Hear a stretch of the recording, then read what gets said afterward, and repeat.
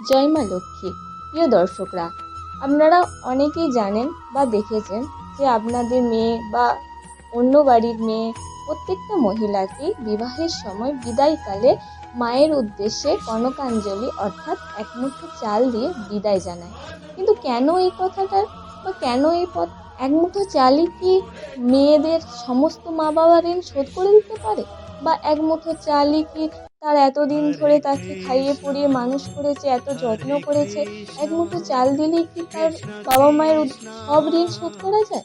না, এই কথাটা একেবারে ভুল। এর পেছনে আছে একটা পৌরাণিক কাহিনী। আপনারা হয়তো অনেকে দেখবেন যে ভগবান অর্থাৎ দেব দেবীদের যখন বিদায় হয়, মা লক্ষ্মী, মা সরস্বতী, তখনও চাল দিয়ে মাকে বিদায় জানানো হয়। এর আসল উদ্দেশ্য হলো যে মা বা মেয়ে সে গৃহের লক্ষ্মী হয়। তাই মেয়ে যখন নিজের বাড়ি ছেড়ে অন্যের বাড়ি যায়, তখন সে অন্যের বাড়ি আলো করে এবং সেখানে লক্ষ্মী হয়ে যায়। তাই বাবা মায়ের যাতে অর্থের অভাব না হয়, খাদ্যের অভাব না হয়, তাই এক মুঠো চাল দিয়ে সে তার বাবার সম্পদ সবসময় বজায় রাখতে চায়।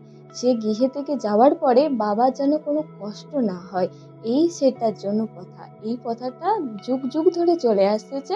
মা বাবার ঋণ শোধ করার জন্য নয়, অন্য কারণ আছে। অন্য কারণটি কি?